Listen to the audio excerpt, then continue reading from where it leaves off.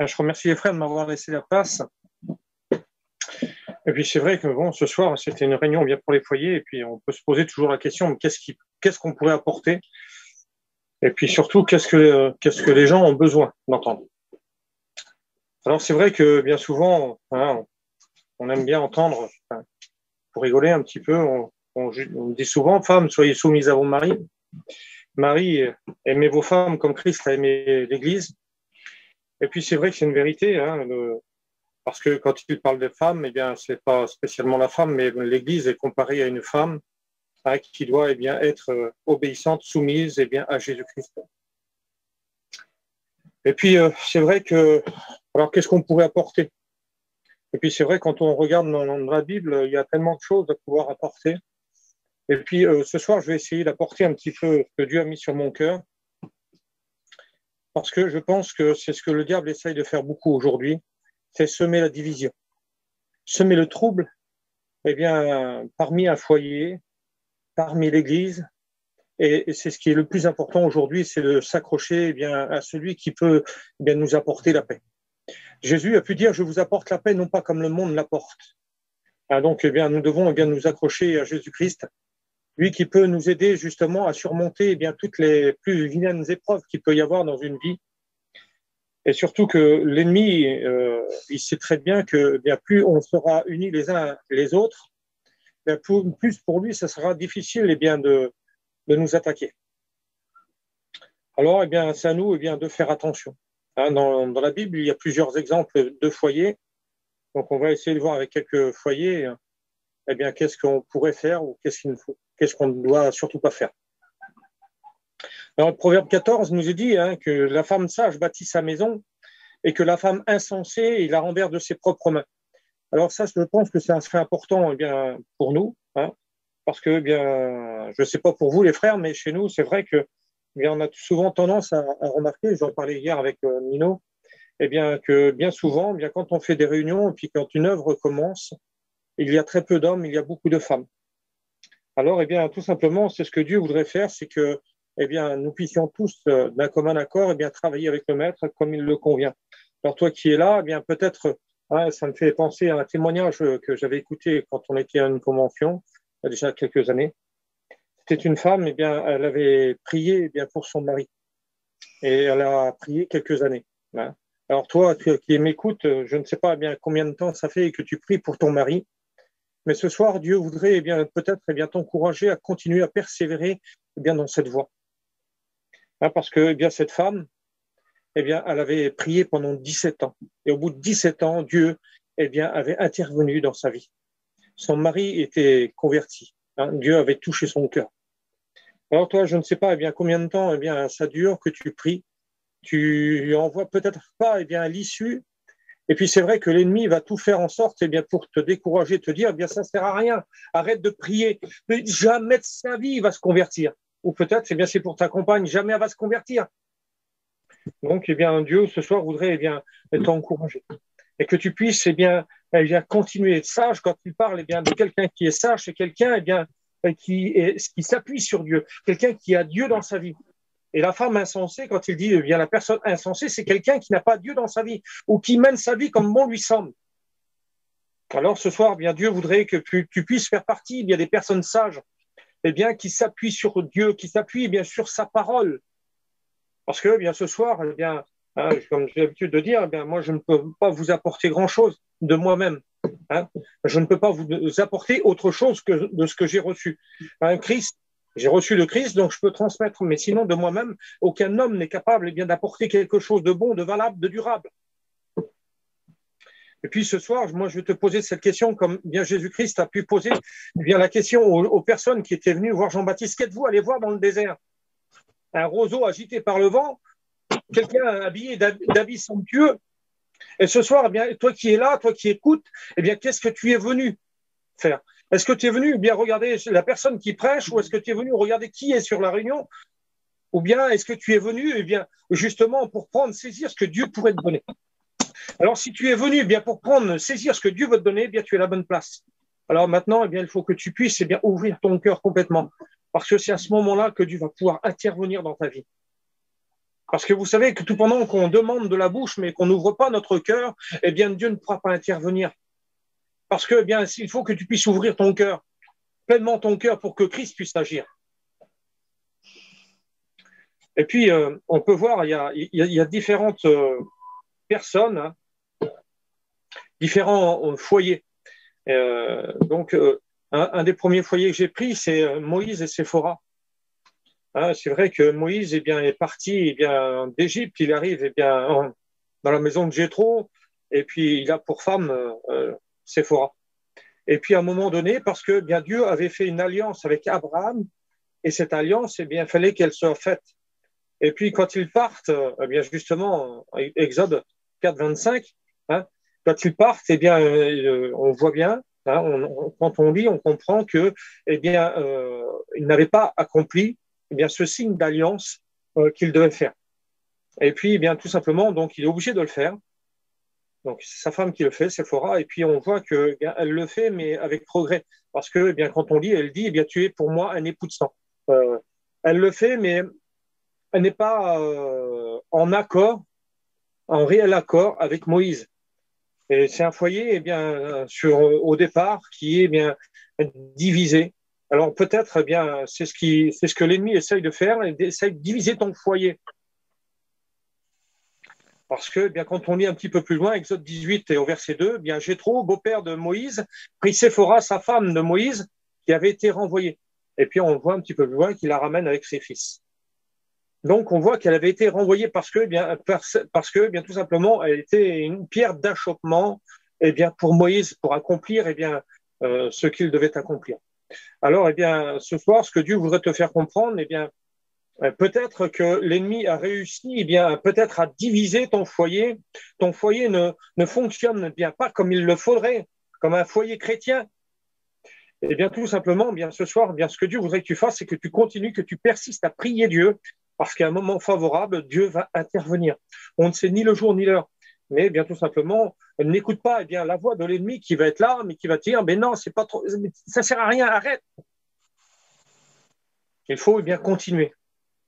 Hein, parce que nous est dit que Proverbe 24 au verset 3, c'est par la sagesse qu'une maison s'élève, et c'est par l'intelligence qu'elle s'affermit. Et nous savons très bien que c'est la sagesse et l'intelligence de Dieu qui permet de pouvoir faire qu'une maison puisse s'élever et qu'elle puisse s'affermir. Parce que la plupart des hommes qui sont sages dans le monde, ils sont bien limités.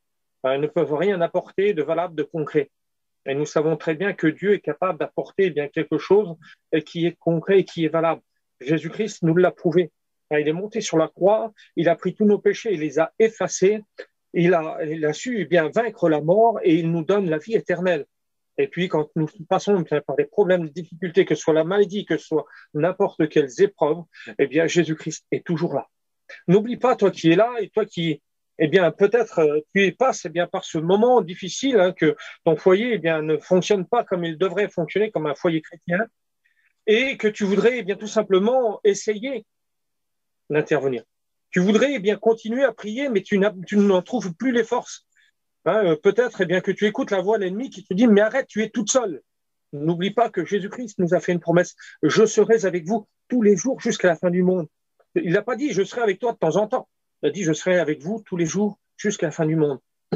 Et puis, la Bible nous dit également que même si notre propre famille, nos parents nous abandonnent, Dieu ne nous abandonnera pas.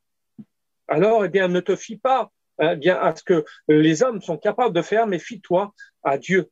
Parce que la Bible nous dit que tout simplement, que Dieu n'est pas un homme pour mentir, ni un homme pour se repentir. Donc, quand il le dit, il le fait vraiment.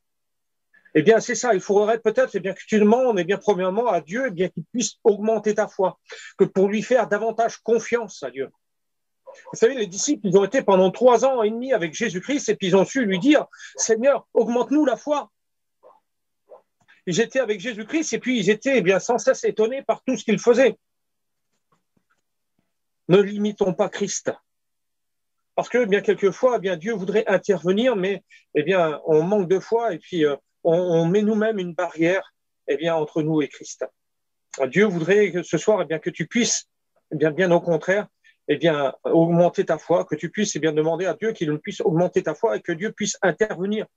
Il y avait aussi un autre foyer, qui était également, on va dire, un petit peu dans la panade, qui était pas très bien. C'est Adam et Ève, hein, parce que le foyer était très bien au départ. La femme a désobéi, le péché est entré, et puis ce qui a fait que, il y a un de ses enfants qui a tué l'autre. Donc il y a eu, on va dire, de la haine, de la méchanceté qui s'est installée. Et c'est peut-être ce qui se passe, hein, parce que c'est vrai que quelquefois on voit ça dans les familles. Il y a la haine, la colère. Quelquefois, les parents ne se parlent plus avec les enfants. Il y a de la discorde. Eh bien, tout simplement, si c'est ton cas et que ça te fait mal, eh bien, n'oublie pas que ça ne vient pas de Dieu et que il faut que tu puisses mettre ta confiance en Dieu et que Dieu puisse intervenir. Dieu a su rétablir des foyers. Dieu a su rétablir des familles qui étaient brisées et qui étaient en pleine guerre. Alors pourquoi est-ce que Dieu ne serait pas capable ce soir d'intervenir dans ton foyer? Ce soir, Dieu voudrait justement que tu puisses lui faire confiance, que tu puisses ouvrir la porte, dire Seigneur, viens maintenant, viens, interviens dans ma famille, interviens dans mon foyer. Là. Tu vois ce qui ne va pas, moi je ne peux rien faire. Tout simplement, c'est à toi ce soir de le laisser intervenir. Et puis, c'est vrai que Dieu est capable. Rien ne peut l'arrêter, si ce n'est que nous. Tout est possible à celui qui croit. Et puis, comme il a pu dire à Marthe et Marie, ne t'ai-je pas dit que si tu crois, tu verras la gloire de Dieu. Et puis, ça fait peut-être combien de fois que Dieu t'a déjà parlé. Combien de fois Dieu est en train de te dire qu'il peut intervenir dans ta vie, dans ton foyer. Alors, ce soir, fais-lui confiance. Arrête d'écouter la voix de l'ennemi qui vient toujours murmurer à ton oreille. Parce que pour ça, c'est vrai que c'est un champion. Il est toujours capable de venir murmurer à ton oreille. Il est capable de venir à n'importe quel moment. Ce soir, ne l'écoute plus. On a reçu l'autorité de Dieu. Alors ce soir, tu peux lui dire, mais maintenant, vas-y, dégage, tu n'as plus rien à faire ici. Christ est beaucoup plus fort que celui qui est dans le monde. Alors fais confiance à Jésus-Christ. N'écoute pas des murmures qui ne valent rien, qui justement essaye justement de te détourner un petit peu et t'emmener dans le mauvais chemin, dans une mauvaise décision. Il y a également Isaac, le foyer d'Isaac et Rebecca. Rachel, je veux dire, excusez-moi.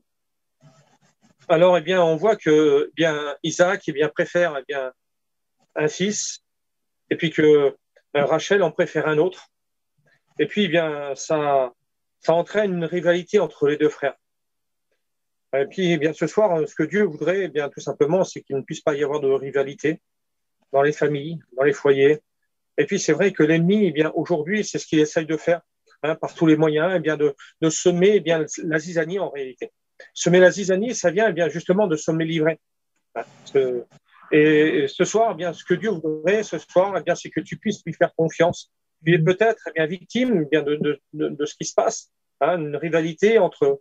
On en voit beaucoup maintenant dans les familles, il y a des rivalités. Moi, je veux toujours être mieux que toi, etc. Mais peu importe. Ce soir, Dieu veut que tu puisses lui faire confiance et que tu puisses demander à Dieu qu'il intervienne dans ton foyer, dans ta famille. C'est important. Et puis, il y a aussi d'autres foyers. Et puis, c'est vrai qu'aujourd'hui, on voit qu'il y a beaucoup de foyers, il y a beaucoup de divisions, beaucoup de disputes, quelquefois de séparations, parce que, tout simplement, l'ennemi a su venir s'initier. Et puis, c'est vrai qu'au départ, Dieu n'était pas à l'origine, parce que quand Dieu a créé le foyer, il a dit, c'est pourquoi l'homme quittera son père et sa mère et s'attachera à sa femme et ils deviendront une seule chair. Pour qu'ils puissent devenir une seule personne, qu'ils puissent prendre une seule décision, une seule direction. Mais l'ennemi est malin et il sait semer la division. Au lieu d'être unis, le diable essaye de désunir. Alors, vous voyez, quand on est lié, c'est fini, on ne peut pas défaire facilement. Ce soir, Dieu voudrait que tu puisses, tu es peut-être encore à ce stade-là, c'est pas encore vraiment la séparation, c'est peut-être, on va dire, une légère division, une légère mésentente. Si tu fais confiance à Dieu, Dieu est capable de renouer le lien qu'il y avait auparavant. Mais pour cela, il faut faire confiance à Dieu. Il ne faut plus écouter la voix de l'ennemi. Pourquoi? Parce que bien souvent, la peur, la crainte nous fait faire n'importe quoi. On a la preuve avec Abraham. Abraham, quand il arrive dans les pays, il commence à avoir peur. Et comme il a peur, mais qu'est-ce qu'il fait? Il se met à mentir. Il fait passer sa femme pour sa sœur. Et c'est vrai que c'est pas toujours facile, c'est pas toujours évident. Quand on est confronté à des soucis, des fois, on ne sait plus comment agir. Mais n'oublie pas ce que Dieu te dit dans Jean 14, que votre cœur ne se trouble point, croyez en Dieu, croyez en moi. Parce que quand on lui fait confiance, notre cœur n'est pas troublé et on peut faire face à toutes circonstances. Alors, tout simplement, malgré les soucis, les tracas qui peuvent s'annoncer devant toi, devant votre foyer, fais confiance à Dieu. Ne commence pas à voir cette situation, mais comment est-ce que tu vas faire pour t'en sortir? Parce que si tu essayes par toi-même, par tout seul, tu n'y arriveras pas. Abraham a essayé de raisonner tout seul, sans se tourner vers Dieu. Et puis évidemment, à chaque fois, il a pris des mauvaises décisions. Et puis il y a plein de personnes comme ça. Quand ils arrêtent de se tourner vers Dieu, de demander à Dieu la solution, si on essaye par nos propres moyens, moi j'ai l'habitude de dire que notre vision, on ne voit pas plus loin que notre bout du nez. Dieu connaît toutes circonstances. Alors ce soir, fais-lui confiance. Parce que demain, qu'est-ce qui va s'annoncer demain?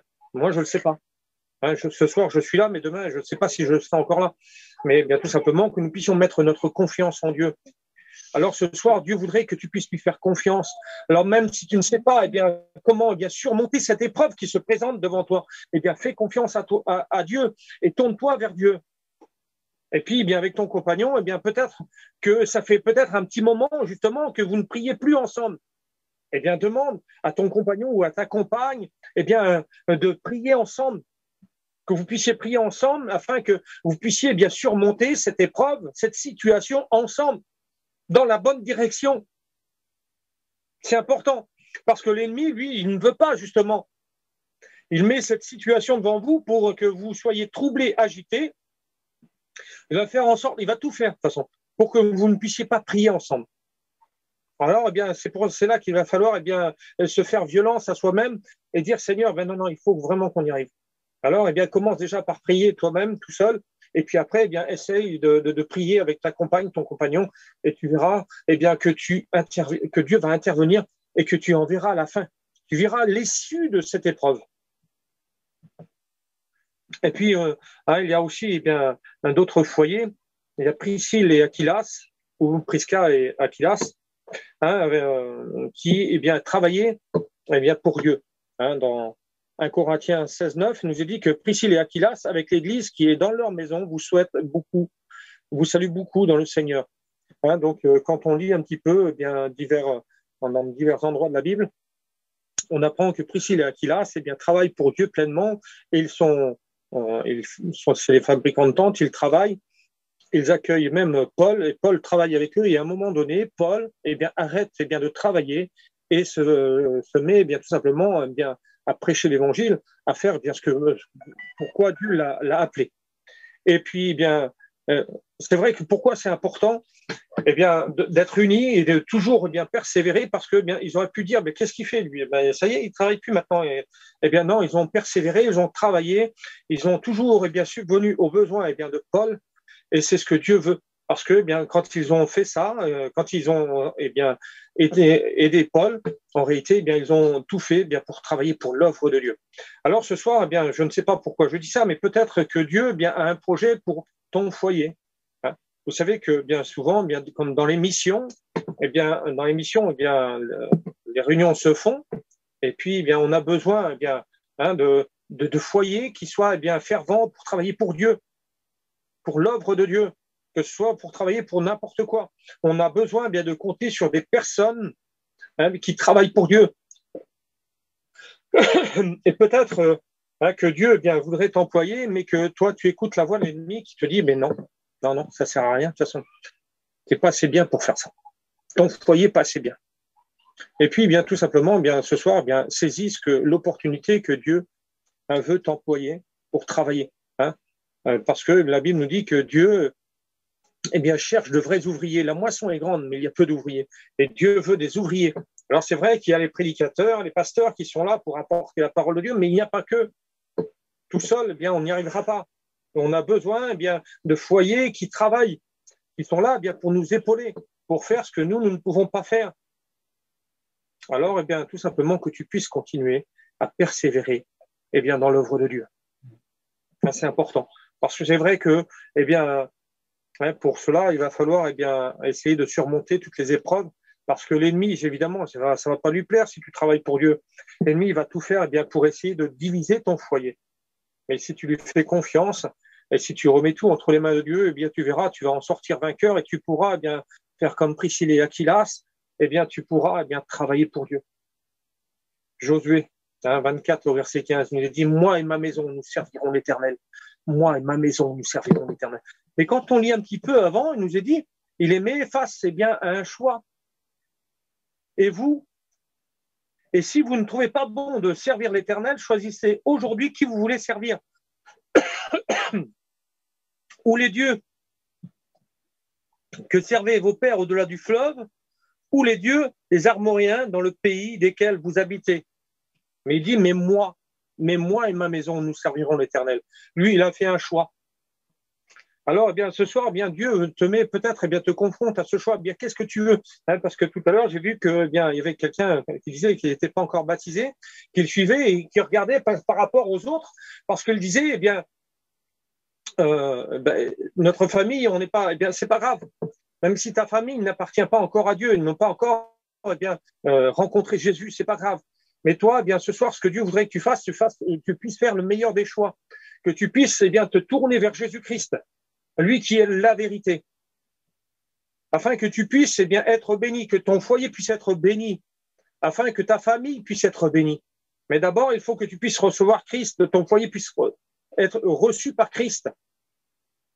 Quand tu demandes à Dieu de venir, d'intervenir, et tu verras qu'il va intervenir. Alors c'est vrai que bien souvent, l'ennemi va être là pour te dire « Mais non, c'est pas pour moi ». Mais si, tout est pour toi. Car Dieu a tant aimé le monde qu'il a donné son Fils unique afin que quiconque croise en lui ne périsse point, mais qu'il ait la vie éternelle. C'est quiconque. Alors c'est vrai, Dieu va toujours essayer de semer la division, de semer la zizanie. Alors ce soir, Dieu voudrait que tu puisses être vigilant, prudent. C'est pour ça qu'il dit veillez et priez. Il veut que l'on puisse veiller. C'est important. Pourquoi veiller? Parce que tout simplement, l'ennemi va essayer de venir à n'importe quel moment. Quand l'ivraie a été semé dans le champ, il nous a dit quoi? Il nous a dit, c'est quand ils se sont endormis, l'ennemi vint et sema l'ivraie. C'est quand on s'endort spirituellement, quand on ne fait pas attention, quand on ne prête plus garde. Alors ce soir, Dieu voudrait que tu puisses prêter attention, que tu puisses faire attention, parce que son retour est proche. Et il veut que ton foyer puisse être pris entièrement. Alors fais-lui confiance, parce que Dieu voudrait te bénir ton foyer, comme il a béni le foyer de Philippe, parce que c'est un des 7 diacres qui a été établi dans Acte 6. Et puis quand on lit un petit peu, et on voit que Philippe va évangéliser. Et puis après, quand on lit dans Acte 21, 8 et 9, on le retrouve plus tard à Césarée, et il a 4 filles qui prophétisent. Vous comprenez? Ça, c'est un foyer qui a été béni par Dieu, parce que pourquoi? Il a continué à travailler pour Dieu. Alors ce soir, c'est ce qu'il faut que tu puisses comprendre, c'est que si tu travailles pour Dieu, Dieu ne sera pas ingrat. Dieu bénira toujours ton foyer, même si tu passes par des épreuves, des difficultés de la vie. Dieu sera toujours là pour te bénir, pour bénir ton foyer, intervenir quand tu auras besoin. C'est vrai que des fois, on passe par des moments durs, des moments difficiles, mais pendant ces moments durs, ces moments difficiles, ne nous laissons pas, on va dire, trompés par l'ennemi. Ne nous laissons pas aveugler. 2 Corinthiens 4,4 nous est dit, car le Dieu de ce siècle a aveuglé l'intelligence de l'homme. Oui, parce que, tout simplement, c'est en murmurant, en nous faisant miroiter des choses qui n'existent pas, quelquefois, il veut essayer de nous détourner de la vérité. Alors, Jésus-Christ a dit, je suis le chemin, la vérité. Il n'a pas dit, je suis une des vérités. Alors, ce soir, accroche-toi à Jésus-Christ. moi et ma maison, nous servirons l'Éternel. C'est vrai que ça ne sera pas toujours facile. Il y aura des combats, des luttes, il y aura des tempêtes à surmonter. Mais vous savez, quand on prend bien justement le passage où il y a les barques et qu'il y a la tempête, bien au départ, nous est parlé bien, que plusieurs barques bien, étaient parties. Mais bien, quand on continue de lire l'histoire, bien, il n'y a que bien, celle où il y a Jésus-Christ, on entend parler. Pourquoi? Parce que bien tout simplement, on sait très bien que quand Jésus-Christ va revenir, il va chercher qui? Eh bien, tous ceux, chaque foyer, chaque personne, et qui aura reçu Jésus-Christ dans sa vie, qui aura Jésus-Christ dans sa barque. Alors, malgré les tempêtes, malgré bien, les soucis de la vie, ne te laisse pas tromper par l'ennemi, parce que bien, tout simplement, hein, c'est le père du mensonge. Et le mensonge, bien, quand on regarde la définition, c'est une déformation volontaire de la vérité, tout en gardant une partie. Et c'est justement parce qu'il garde une partie de vérité que c'est dangereux, parce que c'est avec cette partie de vérité bien qu'il va tromper les gens. Alors ce soir, bien toi, ne te laisse pas tromper. Fais confiance à Jésus-Christ. Hein, c'est important de faire confiance à Jésus-Christ. Alors, bien, que tu puisses dire, moi et ma maison, nous servirons l'Éternel. C'est vrai que, il y a peut-être, des difficultés en ce moment, hein, mais bien, tout simplement, que tu puisses continuer, que tu puisses persévérer.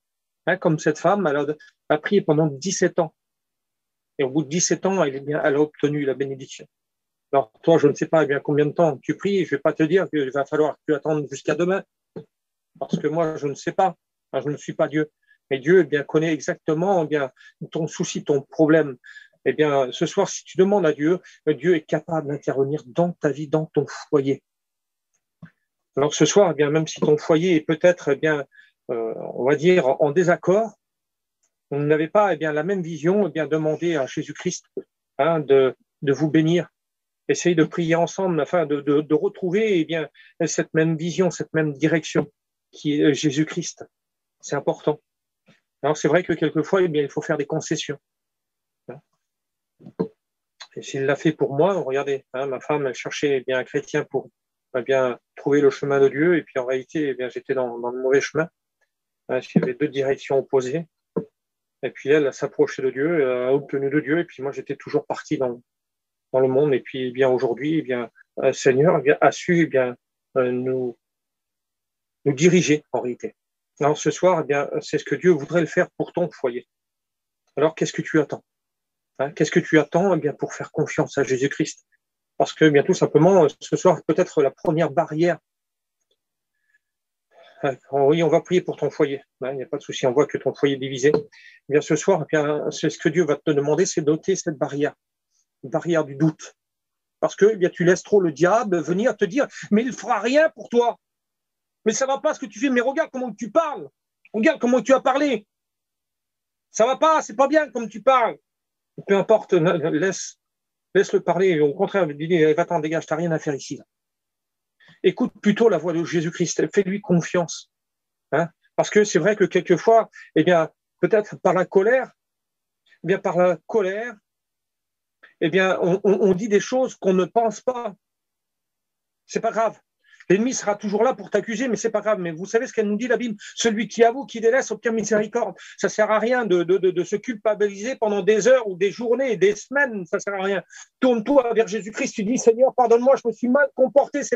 Et puis, tourne-toi vers Jésus-Christ et demande à Dieu qu'il intervienne dans ton foyer plutôt. Écoute plutôt Jésus-Christ que plutôt d'écouter l'ennemi qui divise ton foyer. Ou peut-être, ce soir, tu n'as pas la même vision. Mais tout simplement, fais confiance à Jésus-Christ. N'importe quelle situation tu es en train de surmonter, fais confiance à Jésus-Christ. Ne t'endors pas spirituellement. Parce que c'est à ce moment-là que l'ennemi va venir semer l'ivraie. Et justement, c'est là que ça vient. Semer l'ivraie et semer la zizanie. La zizanie, ça devient n'importe quoi. Ça part dans tous les sens. On ne sait plus où tourner la tête. Mais si tu fais confiance à Jésus-Christ. Et puis, vous savez, ça me fait penser à une situation. Parce que tu es peut-être face à cette situation, tu ne sais plus bien comment faire. Alors Dieu te dit déjà, premièrement, eh bien, de lui faire confiance, hein, que ton cœur ne se trouble pas, croyez en Dieu, croyez en moi. Et prends Exode 14, 14. Le peuple de Dieu, ils sortent d'Égypte et sont face à une situation humainement impossible. Humainement, c'est impossible de pouvoir s'en sortir. Il y a la mer devant eux, et derrière eux, il y a les Égyptiens eh bien, qui cherchent eh bien, justement à les récupérer, et puis certainement essayer de se venger également. Alors c'est vrai que c'est difficile. Et si on regarde face à cette situation, mais comment est-ce qu'on va pouvoir s'en sortir? Mais qu'est-ce qu'on peut faire? Mais certainement qu'il y en a certainement qui devaient commencer à s'agiter dans tous les sens. Mais il nous est dit, Exode 14, 14, l'Éternel, ton Dieu, combattra pour toi, mais toi, garde le silence. Tu comprends ça? L'Éternel, ton Dieu, combattra pour toi, mais toi, garde le silence. Alors, quand on garde dans le silence, généralement, quelqu'un qui est dans le silence, c'est quelqu'un qui est bien dans le calme, il est bien tout simplement dans la confiance. Hein, c'est dans le calme et la confiance que sera ta force. Alors, ce soir, Dieu, c'est ce qu'il veut que tu fasses, c'est que même si tu vois bien ce problème devant toi, peut-être insurmontable, tu dis, mais comment est-ce que je vais faire pour m'en sortir? Tu vois pas l'état de mon foyer, Seigneur. Parce que ma femme, si elle pourrait, elle pourrait le dire. Parce qu'en vrai, j'étais rendu dans un état pitoyable. En vrai, je n'aurais pas misé une pièce d'un centime sur moi.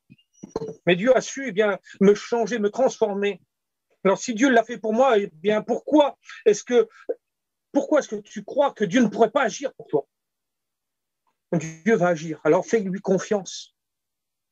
Il faut que tu fasses confiance à Jésus-Christ. Moi et ma maison, nous servirons l'Éternel. C'est la décision que Josué a prise. Mais quand il l'a prise, il savait très bien qu'il y allait avoir des moments durs, des moments difficiles. Mais lui, il a persisté jusqu'à la fin. Et vous savez, eh bien, c'est un des deux qui a pu rentrer dans la terre promise. Il est parti d'Égypte et il n'y a que lui et Caleb qui a pu rentrer dans la terre promise. Vous comprenez?